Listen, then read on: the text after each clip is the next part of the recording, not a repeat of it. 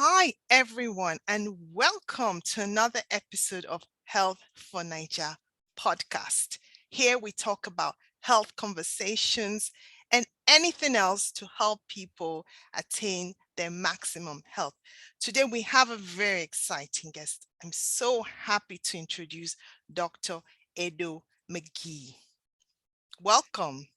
Thank you so much. Thank you, Ngozi. I am just excited to be able to be a part of your amazing podcast with Health Mindset and love all the work you do. Thank you. So I'm going to give an intro about you and your incredible accomplishments and your journey as well. We really need to hear about that. So Dr. Edo McGee is a pharmacist, an educator, a breast cancer wellness coach, and the founder of S.E.W Mental Wellness. So provides mental health coaching and support to breast cancer survivors and thrivers. So your journey is that you were diagnosed with breast cancer in 2017, right? Yes. And mental health coaching helped you with recovery, and you've decided to empower other women going through the same thing. So we'd love to hear about your journey as a breast cancer survivor, thriver, and how you're serving the breast cancer community. So welcome to this podcast. Absolutely. Thank you again for the opportunity. Yeah, so being diagnosed in 2017 at the age of 33 with a 3-year-old, my world's definitely turned upside down. But being in the health industry, I understood what all treatments I needed to go through. So I sort of kind of put my head down and went through treatment. I had to do a chemo and a double mastectomy, but the whole time I truly was depressed, anxious, and almost hopeless because no one wants to hear the C word. And getting that diagnosis and still following the doctor's orders and doing everything that they wanted, but deep down inside, just my mental health was not being taken care of. It was almost like they only focused on my physical health. And it wasn't until actually my oncologist at one point recommended that I go talk to a therapist, Okay. a licensed practicing therapist, mental health practitioner. And that's when I said, okay, let me go do it and unpack some of the things. So when you're a breast cancer survivor, there's several things going on. You're mourning the loss of losing your hair from chemotherapy. You're mourning the loss of, if you have to do surgery like I did with the double mastectomy, of losing your breast. So you're mourning the loss of various things, and you truly have to unpack it, or it will almost manifest in a different way. So I went and talked to the therapist, and that was just the most impactful thing as part of my treatment. In addition to that, my therapist introduced me to certified peer specialists, and their framework is to truly have a recovery mindset. And it's typically used, you probably may be familiar if you are, like in the substance abuse arena. However, I think it was so critical for me on my recovery journey with breast cancer. And so I became, after understanding the framework, I actually went and got certified because I really wanted to be able to make sure that I could help other women going through this to not only understand it's not just the physical part of going through treatment with breast cancer, but also addressing the mental health aspect of breast cancer. Okay, that is really amazing to hear that you got the support. But I think also for me that the fact that your oncologist recognized that you needed therapy, and more so the fact that you attended therapy, Yes. because there is a lot of stigma surrounding therapy and coaching. But when your oncologist recommended you attend therapy, did you sort of push back on it and maybe do some research, and maybe you didn't want to go initially? I know. And I think to answer your question, I think in our community, growing up in Nigeria, it's almost like we don't want to talk about anything bad. We just sweep it under the carpet. The thing for me, though, was that mourning the loss of some of these things and feeling like less than because I didn't have breast anymore, just less than, it was manifesting itself in other areas of my life.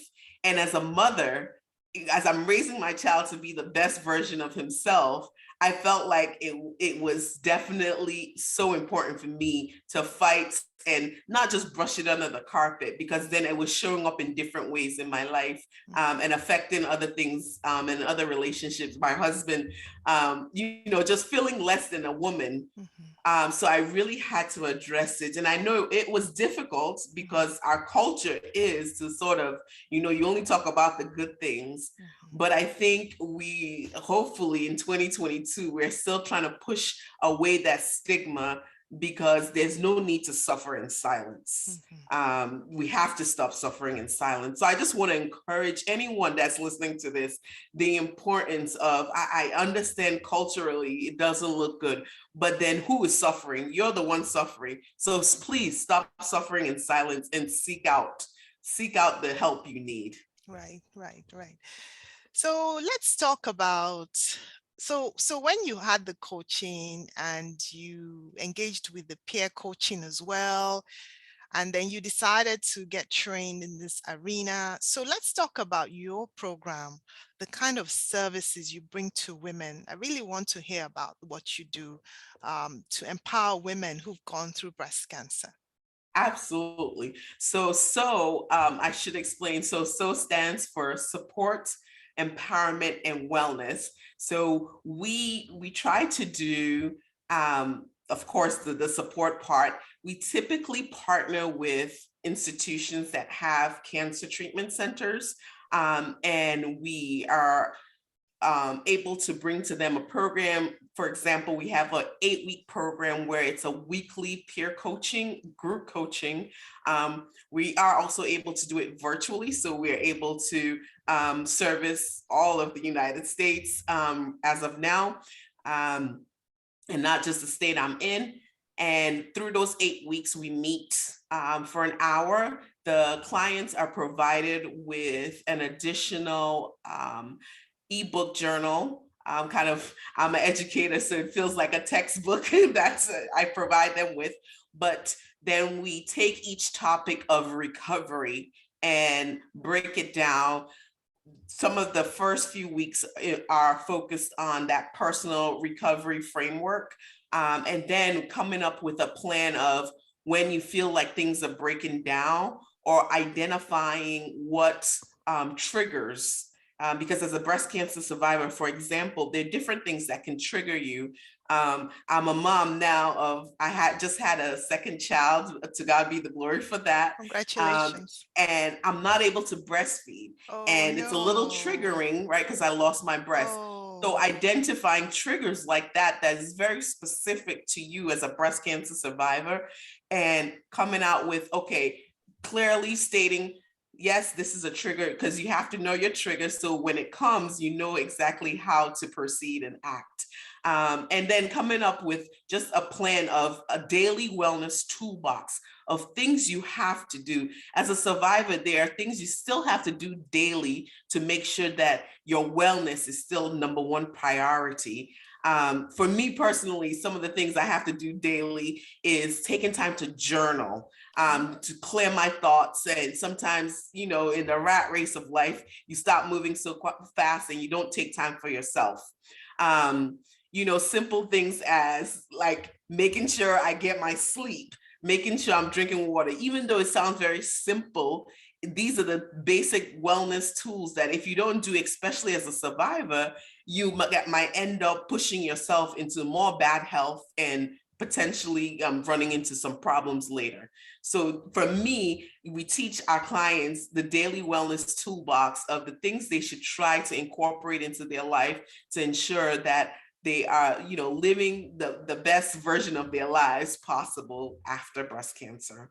Okay, this is really good stuff. So The work you're doing, it's accessible virtually. It's once a week. It's an 8-week program, and you provide daily tools of wellness for people who are going through breast cancer.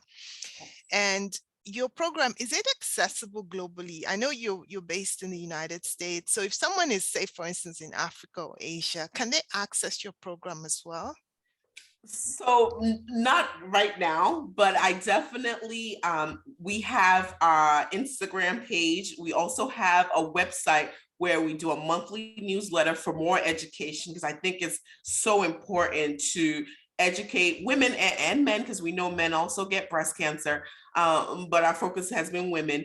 But to educate the public, so they can definitely either go ahead to the website, um, and subscribe to our newsletter to get more education. Our Instagram page definitely tries to educate also. And then lastly, we actually have a 10-day wellness challenge, and it's virtual too. So if anyone is interested, there is a link that I think will come up in the bio, that they can register for if they would like. Okay. All right. So I'm going to put the link for your website in the podcast notes. And you have an Instagram page. Can you share your handle? What's your handle on Absolutely. My Instagram? handle is at Ask So Cancer Coach. So let me spell that. Okay. Ask as in ASK, and so SEW, Cancer Coach, CANCERCOACH. Okay. So Ask So Cancer Coach. Okay. So this will also be in the show notes today, the presentation notes. So, what else do you want to share? Do you want to share, for instance, one pearl of wisdom that women can take on this journey? Because I know you've been through a lot with this diagnosis, and you found the strength to create this program to add value to people, and this is just amazing, the work you're doing. So, is there one pearl of wisdom that you can share with the audience? Absolutely. I think on the breast cancer journey, it can seem very dark, because no one wants to hear that. And I know there's so much research you can do, online. Um, Make sure you pick the right team, of course, that you trust, to go through your treatment with. But I like this saying that I heard somewhere, that says you need a therapist for your past and a coach for your future. And I truly believe that, especially if you want to more than just survive breast cancer and thrive and live life to the fullest despite breast cancer. So making sure your team of doctors and treatments includes going to see that therapist, because there is a lot of things to unpack. Let's break that stigma, and really address the core problems, because sometimes just saying it out loud and talking about how you feel, again, for me, I experienced that feeling less than because I didn't have breasts, but saying it out loud, then understanding, but my life is still saved. I'm here to raise my child. Yes, I mourn the loss of my breast, but I'm here to raise my child. So having that person to talk that out and say it out loud, that therapist is key. So a therapist for your past and a coach for your future, that will give you tools, useful tools that you can use every day to continue to strive to be the best version of yourself. That's brilliant, because I never really thought about it that way. So you have a therapist for your past, and then you have a coach to help you with your future. I think sometimes we use the word therapy and coach interchangeably, but really they're kind of not. right? Very different. Yes, Mm-hmm. absolutely. Mm-hmm. Absolutely. Yeah, because we think about maybe even in sports, because most people are always used to more as a sports coach, but Mm-hmm. they're preparing you to play the best game ever. Mm-hmm. But you might go see, if you get hurt, you might go see like a physical therapist or something. Mm-hmm. So Mm-hmm. I definitely think of it in that sense. Wow, that is so insightful. I always learn from these podcasts. We have quite a lot of content, and I've spoken to great speakers, and I always learn something new. So uh, thank you so much for sharing. Is there anything else you want to say before we head out? Yeah, just one last thing again.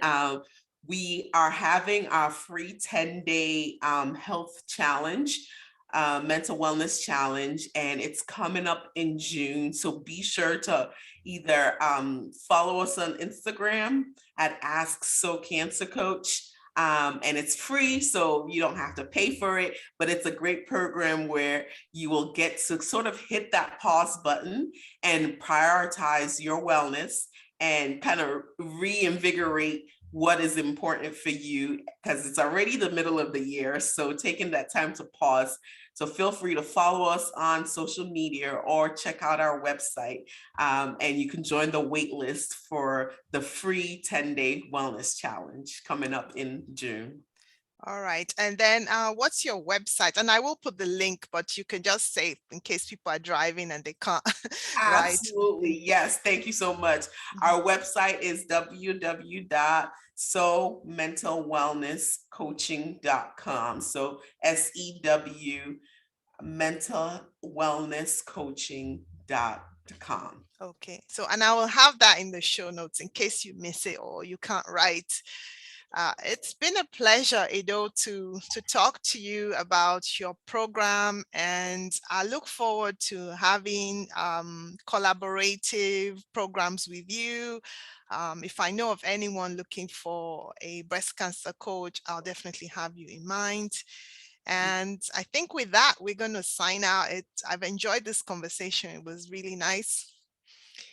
Thank you so much. And guys, I really appreciate you giving me this opportunity to just share with your audience and encourage them and educate them. So thank you so much for the opportunity. All right. Thanks a lot and take care and have a wonderful day.